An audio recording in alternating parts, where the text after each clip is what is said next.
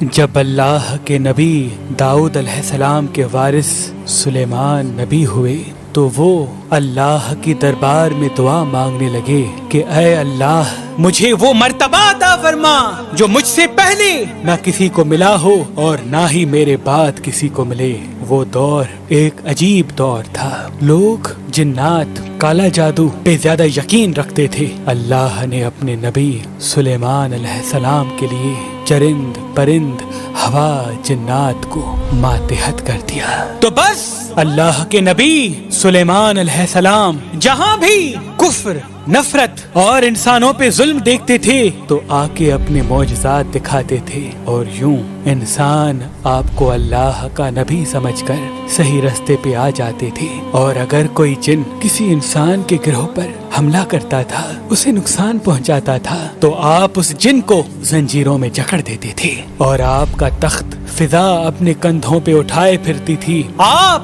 آسمانوں میں پرواز کرتے تھے۔ تو ویسے ہی آپ آسمان میں پرواز کر رہے تھے، اتنے میں ایک جن آ کے آپ سے کہنے لگا کہ اے اللہ کے نبی، زمین پہ بابل کے پاس جنات کا ایک گروہ انسانوں پہ ظلم کرتا ہے، اور وہاں کے جن انسانوں میں حلول کرتے ہیں اور پھر انسانوں کو تکلیف دے کے یہ منواتے ہیں کہ ان کے پاس غیب کا علم ہے، اور یوں انسان بھی صراط مستقیم سے ہٹ رہے ہیں۔ جیسے ہی اللہ کے نبی سلیمان نے اس بات کو سنا تو آپ اپنے تخت کو بابل کی طرف موڑتے ہیں اور اس گروہ کے پاس آ کے کہتے ہیں اے تکبر میں رہنے والو، اللہ سے ڈرو۔ وہ جنات کا گروہ حضرت سلیمان کی طاقت سے ناواقف تھا۔ اس میں سے ایک جن لیاب کہنے لگا ہم کسی سے نہیں ڈرتے اور ہم اپنی مرضی چلاتے ہیں، اور اس کے قبائل کے کچھ جن حضرت سلیمان علیہ السلام کے تخت کے چاروں طرف سے آ جاتے ہیں اور کہتے ہیں اگر تو واقعی سچا ہے تو ہمیں قید کر کے دکھا۔ تو بس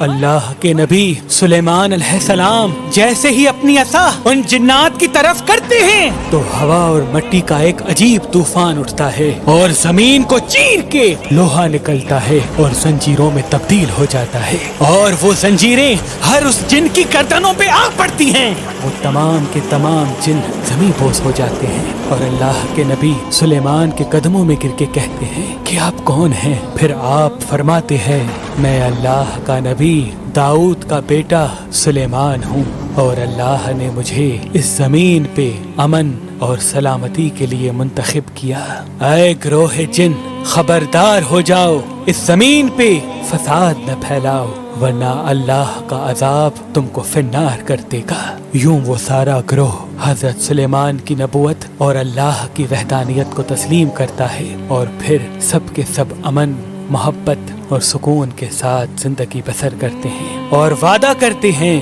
کہ کبھی بھی کسی بھی انسان کو تکلیف نہیں دیں گے۔ بے شک اللہ جسے چاہے اپنی خاص رحمت اور طاقت سے نواز دیتا ہے، وہ ہر دعا کو سننے والا اور سب پہ کرم کرنے والا ہے۔ اے اللہ اس پورے جہان پہ اپنا کرم فرما اور ہر انسان کی دعا کو قبول و مقبول فرما، آمین ثم آمین۔ قبول و مقبول فرما، آمین